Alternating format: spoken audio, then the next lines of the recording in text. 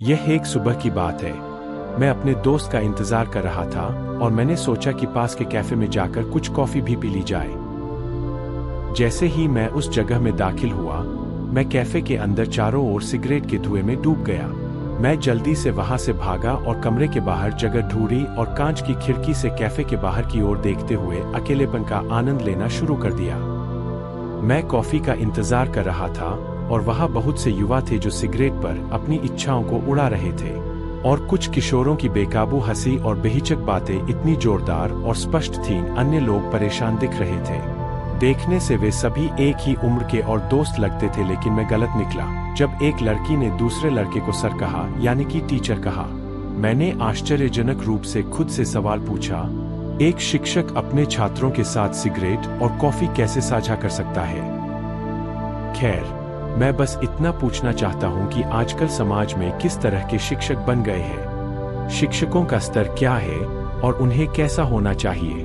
मुझे लगता है कि आज की दुनिया में इस तरह के शिक्षक बहुसंख्यक है। शिक्षक के बिना समाज आत्मा के बिना शरीर जैसा है। शिक्षक समाज को अज्ञानता और अंधकार की खाइयों से मुक्त करने का काम करते हैं। आइए आज के यह एपिसोड की शुरुआत इन सत्य ज्ञानपूर्ण शब्दों से करें। आगे बढ़ने से पहले अपने गुरु को याद करें। गुरु ब्रह्मा गुरुर विष्णु, गुरु देवो महेश्वर, गुरु साक्षात परब्रह्म, तस्मै श्री गुरुवे नमः। मैं विनम्रतापूर्वक उस गुरु के प्रति कृतज्ञता से अपना सिर झुकाता हूँ जिसने मुझे जीवन की चुनौतियों से लड़ने के लिए मार्गदर्शन किया है। ज्ञात अज्ञात दोनों प्रकार के गुरुओं द्वारा दिए गए ज्ञान से मैं दूसरों के लाभ के लिए प्राप्त ज्ञान को शेयर करने के लिए आज प्रेरित हूँ। गुरु अंधकार में प्रकाश की किरण है जो हमें ज्ञान की ओर ले जाते हैं।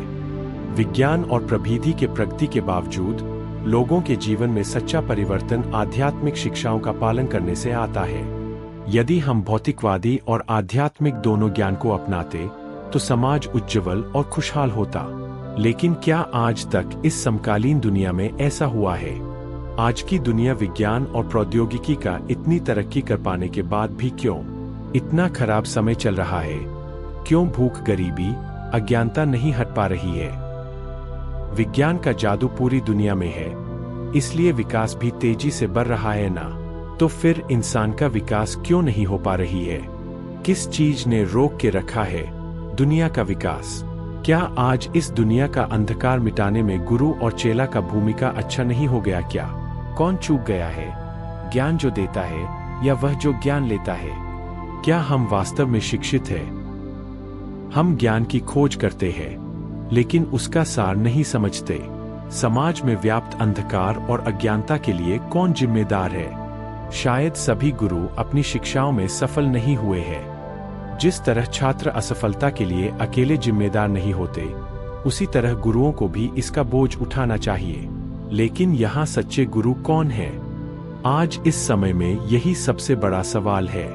प्राचीन शास्त्रों के अनुसार हमारे परम गुरु ब्रह्मा, विष्णु और महेश है। वेद में कहा गया है, अहम ब्रह्मास्मि, मैं ब्रह्मा हूँ या मैं दिव्य हूँ। अयम आत्मा ब्रह्मा, यह आत्मा ही ब्रह्मा है। यह पंक्तियां मांडूक्य उपनिषद अथर्ववेद की है। इन पंक्तियों का समर्थन महान ऋषि अष्टावक्र ने भी किया है, जिन्होंने कहा था, मैं स्वयं की स्तुति करता हूँ क्योंकि इस संसार का पूरा अस्तित्व मुझसे ही है। यदि मैं न होता तो कुछ भी अस्तित्व में नहीं होता। अद्वैत वेदांत में ब्रह्मा सत्य जगत मिथ्या, कि ब्रह्मा ही इस संसार में शेष सच्चा अस्तित्व है, बाकी सब भ्रम है। ब्रह्मा ही परम सत्य है, यह द्वैत नहीं है। इसलिए सामवेद में कहा गया है कि एकं सत् विप्रा बहुधा वदन्ति, वास्तविकता केवल एक है। अनेक ऋषि इसे अनेक नामों से पुकारते हैं। ब्रह्मा संसार का एकमात्र सच्चा स्वरूप है, अद्वैतवादी और अविभाज्य। इसे और स्पष्ट करने के लिए आइए प्रेम की सार्वभौमिक प्रकृति पर विचार करें। प्रेम की भावना सभी व्यक्तियों में एक समान होती है, चाहे वह मनुष्य हो या पशु। अलग अलग प्राणी अलग अलग तरीकों से प्रेम व्यक्त कर सकते हैं, लेकिन अंतर्निहित भावना एक ही रहती है। इनमें भी सुख, दुख, शोक, तरह की भावनाएं होती है। इसलिए ब्रह्मा की अद्वैतवादी प्रकृति प्रत्येक जीवित प्राणी में मौजूद है, चाहे उनका भौतिक रूप या बाहरी रूप कुछ भी हो। गुरु के रूप में ब्रह्मा का महत्व इस तथ्य में निहित है कि दिए गए स्पष्टीकरण के अनुसार गुरु को संपूर्ण संसार की रचना का मूल निर्माता माना जाता है। इस संदर्भ में प्रेम तत्व एक महत्वपूर्ण भूमिका निभाता है, क्योंकि प्रेम की भावना के बिना जीवन खतरे से नहीं बच सकता। इसके अलावा प्रेम भावनाओं की अनुपस्थिति किसी भी प्राणी की पीढ़ियों की प्रगति में बाधा उत्पन्न करेगी, जिससे अंतःजीविका का अभाव हो जाएगा। इन भावनाओं के माध्यम से ही दुनिया की प्रकृति प्रकाशित होती है, जिससे दुनिया के अस्तित्व का अनुभव होता है। इसलिए ब्रह्मा को गुरु के रूप में सम्मानित किया जाता है, जो स्वयं के भीतर निवास करते हैं, पूरे विश्व के निर्माता के रूप में। गुरु की उपस्थिति के बिना जीवन टिकाऊ नहीं होगा। इस प्रकार ब्रह्मा को सच्चा गुरु माना गया है। अब गुरु के दूसरे खंड पर चलते हैं। विष्णु को गुरु के रूप में भी जाना जाता है। हमारे भीतर विष्णु कौन है? विष्णु का गुरु के रूप में पूजनीय होने का दूसरा दृष्टिकोण क्या है?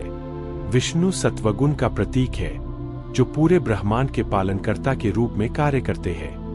वह सूक्ष्मतम जीवाणुओं से लेकर ग्रह पर सबसे बड़े जीवों तक सभी आवश्यक तत्वों को व्यवस्थित करते हैं। विष्णु सर्वव्यापी है, सभी प्राणियों के भीतर निवास करते हैं, जिसमें हमारे अपने शरीर भी शामिल है। सत्य और अच्छे कर्म हमारे भीतर सत्वगुण का प्रतिनिधित्व करते हैं, जो जीवन को बनाए रखने के लिए आवश्यक है। यह अलग बात है कि किसी में यह गुण ज्यादा होता है और किसी में कम। जब हमारे भीतर विष्णु के गुण मौजूद होते हैं, तो एक मजबूत कर्म खाता स्थापित होता है, जो हमें आत्मसंतुष्टि की ओर ले जाता है, जो जीवन का अंतिम लक्ष्य है, आत्म साक्षात्कार। ईमानदारी और अच्छे कर्मों में निहित सच्चे लोग सकारात्मक लोगों का समाज बनाते हैं। इसके विपरीत जो लोग इन गुणों की अवहेलना करते हैं और केवल भौतिक संपदा पर ध्यान केंद्रित करते हैं, उन्हें सच्चा सुख नहीं मिलेगा। हिंदू दर्शन इसी के आधार पर है। इसलिए पुनर्जन्म का चक्र तब तक चलता रहता है जब तक कि कोई मोक्ष प्राप्त न कर ले, जिसे हर इंसान का अंतिम लक्ष्य माना जाता है। ये विष्णु गुण ही है जो हमें अंधकार से प्रकाश की ओर ले जाते हैं। इस प्रकार विष्णु इस सार में गुरु है, और व्यक्ति स्वयं ही सही या गलत, पाप या धर्म के बीच चुनाव करता है मोक्ष की ओर आगे बढ़ने के लिए। यहाँ व्यक्ति को समाज या स्वयं की भलाई के लिए धर्मी तत्व, विष्णु तत्व के आधार दया और प्रेम के प्रकाश से खुद को प्रकाशित करना चाहिए। अंतिम पहलू तामस गुण, जो शिव का प्रतीकात्मक प्रतिनिधित्व है, एक गुरु के रूप में भी कार्य करता है। शिव, जिन्हें ब्रह्मांड का संहारक माना जाता है, एक उन्मूलनकर्ता के रूप में अपनी भूमिका के लिए जाने जाते हैं। इसके अतिरिक्त शिव मासूमियत से जुड़े हैं और उन्हें अक्सर भोलेनाथ के रूप में जाना जाता है। वे एक बच्चे के समान गुणों को धारण करते हैं, नकारात्मकता, भेदभाव या क्रोध से रहित होते हैं, इसलिए उन्हें भोलेनाथ के रूप में जाना जाता है। शिव रूप तामस गुण एक ही ग्रह की दुनिया के प्राणियों के भीतर कैसे मौजूद है और यह एक शिक्षक की भूमिका कैसे निभाता है, इस अवधारणा को गहराई से समझने के लिए शिव रूपी महेश्वर के महत्व को समझना आवश्यक है। हिंदू मान्यताओं में शिव शून्यता या किसी भी चीज की अनुपस्थिति का प्रतिनिधित्व करते हैं। गुरु शिव का एक सच्चा शिष्य वह है जो अपने मन को नकारात्मक भावनाओं जैसे कि पीड़ा, क्रोध, ईर्ष्या और घृणा से पूरी तरह से खाली कर सकता है, शून्य की स्थिति तक पहुंच सकता है। शास्त्रों के अनुसार शिव अंधेरे ऊर्जा है जो चमकीले तारों के बाद अंतरिक्ष में मौजूद है, जो पूरे ब्रह्मांड का निर्माण करते हैं, और वे समय अवधि, काल से संबंधित है। जो कुछ भी बनाया गया है या जन्म लिया है, उसकी मृत्यु का चरण होता है, या एक दिन वह समाप्त हो जाएगा या गायब हो जाएगा, जो प्रतीकात्मक रूप से शिव को संदर्भित करता है, जिन्हें उन्मूलनकर्ता के रूप में जाना जाता है। हमारे अंदर तमस गुण को खत्म करके और गहन चेतना की स्थिति प्राप्त करके व्यक्ति ज्ञान के उच्चतम स्तर को प्राप्त कर सकता है। शिव को समुद्र मंथन के दौरान विष पीने, देवताओं को बचाने और सभी देवताओं के देवता महादेव की उपाधि अर्जित करने के लिए सम्मानित किया जाता है। यह कहानी इंगित करती है, शंकर महादेव वह देवता है जो अपने अंदर सभी तामसिक सामग्रियों को लेते हैं, और वे इन नकारात्मक चीजों को खत्म करने के प्रतीक है।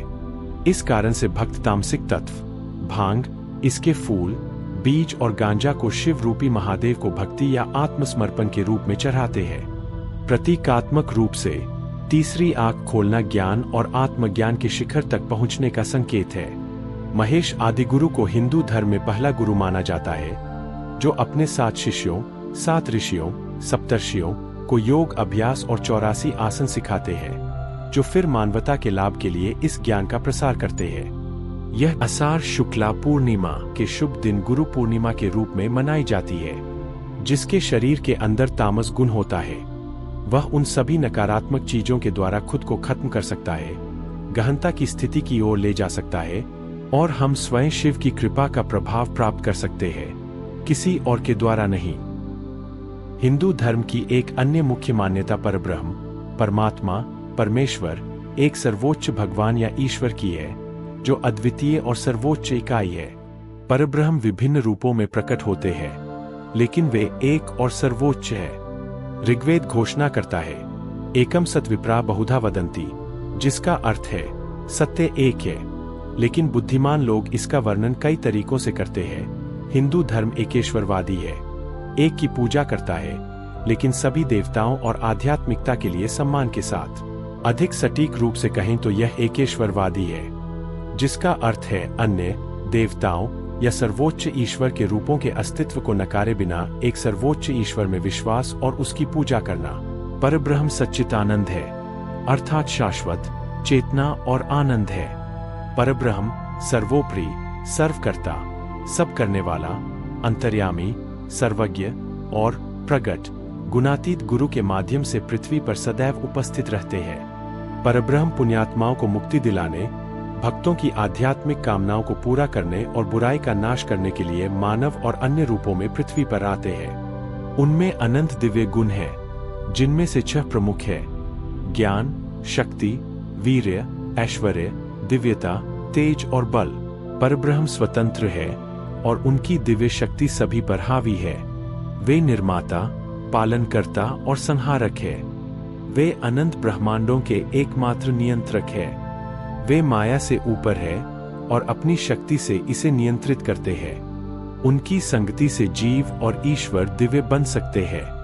अपने पारलौकिक रूप में उनका मानव रूप होता है और वे अपने दिव्य धाम अक्षरधाम में निवास करते हैं। अपने अविरल रूप में वे अक्षर ब्रह्म, ईश्वर, जीव, माया और अनंत ब्रह्मांडों में व्याप्त है। परब्रह्म हम में से प्रत्येक में अंतर्यामी और साक्षी या साक्षी के रूप में भी मौजूद है। और गुरु भी परब्रह्म है, जो त्रिदेवों से परे है। वेदों ने बताया कि हम परब्रह्म हैं, संपूर्ण का एक हिस्सा, और आत्म साक्षात्कार हमारे भीतर से संभव है। इसका मतलब है कि हम बुद्धि के उच्चतम रूप है, परम आत्मा का एक हिस्सा है। हम आत्मा है, परम ब्रह्मा का एक हिस्सा है। इसका मतलब है कि हम वह है जिनके पास ब्रह्मा के इष्टतम स्तर की बुद्धि है। हिंदू दर्शन में परब्रह्म या परम ब्रह्मा है, जो सभी विवरणों और अवधारणाओं से परे है। इसे निराकारता के रूप में वर्णित किया गया है, जो ब्रह्मांड में हर जगह और उससे परे जो कुछ भी है, उसमें हमेशा व्याप्त है। तो यहाँ से आगे हम स्पष्ट है कि गुरु कौन है और गुरु मंत्र का गहरा अर्थ क्या है। गुरु ब्रह्मा गुरुर्विष्णु, गुरु देवो महेश्वर, गुरु साक्षात परब्रह्म, तस्मै श्री गुरुवे नमः। गुरु के ज्ञान को अपनाना मात्र ज्ञान से परे है।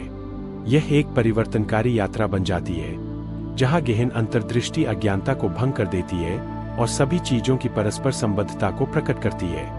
गुरु द्वारा दिया गया प्रत्येक पाठ एक प्रकाश स्तंभ के रूप में कार्य करता है, जो आत्म खोज और आध्यात्मिक विकास की दिशा में मार्ग को रोशन करता है। उनके मार्गदर्शन के माध्यम से हम स्पष्टता, करुणा और ब्रह्मांड में अपने स्थान की गहरी समझ के साथ अस्तित्व की जटिलताओं को नेविगेट करते हैं। इस प्रकार गुरु की शिक्षाएं न केवल ज्ञान का स्रोत बन जाती है, बल्कि आंतरिक जागृति और हमारी वास्तविक क्षमता की प्राप्ति के लिए एक गहन उत्प्रेरक बन जाती है। गुरु की शिक्षाएं हमारे दिल और दिमाग का मार्गदर्शन करें और गहन समझ और आंतरिक शांति की ओर हमारे हर कदम को रोशन करें।